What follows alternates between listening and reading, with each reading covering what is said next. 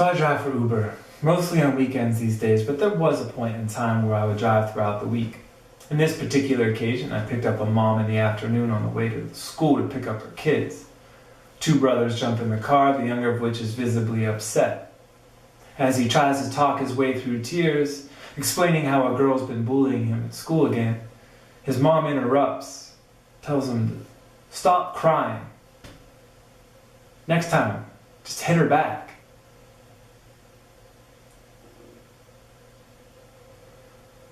I can't help but see that we have one misguided, confused, unloved, hurt, and traumatized generation teaching another.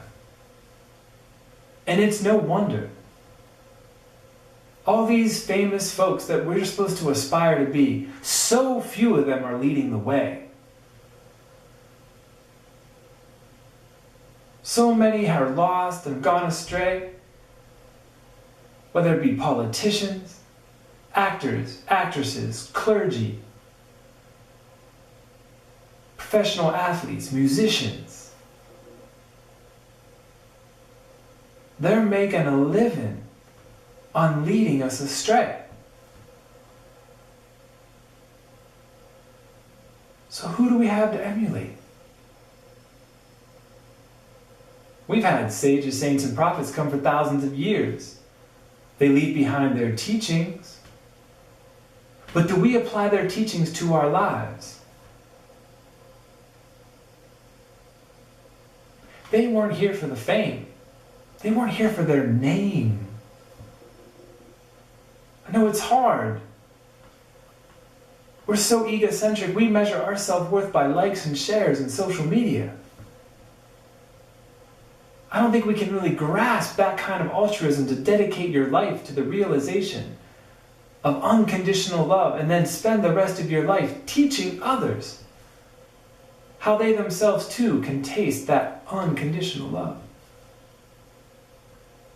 But all too often, we relegate them to that category of just being something to be worshipped. We go to that place once a week, we pay our dues, and then we go about our life again. Their teachings were meant to inform our lives. And these folks are still around, don't get me wrong. We just don't see them. We don't prop them up and put them in the spotlight because they're not looking for it.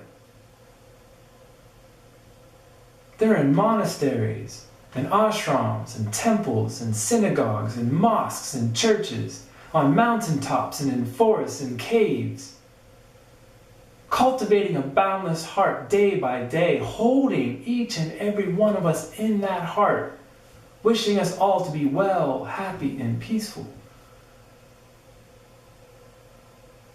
But we can't get 65,000 people in a stadium for that. And that just demonstrates where we're at as a culture, as a society. That's what we value.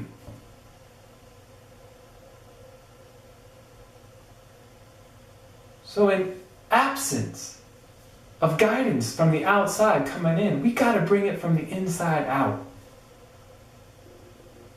So whether religious or not, find someone or something to inspire you. For me, it was making an aim.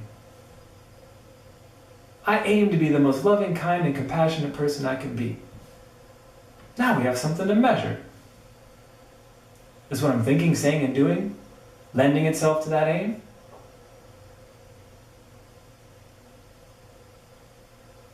And if we don't have this aim, I'm concerned that we wander around the rest of our lives aimlessly. What's the meaning to life? It's what you make it. And if you're a religious and spiritual person, then make it about realizing the teachings of your saint, your sage, or your prophet. Follow them to a T. Follow them to the end and see what kind of fruits you reap.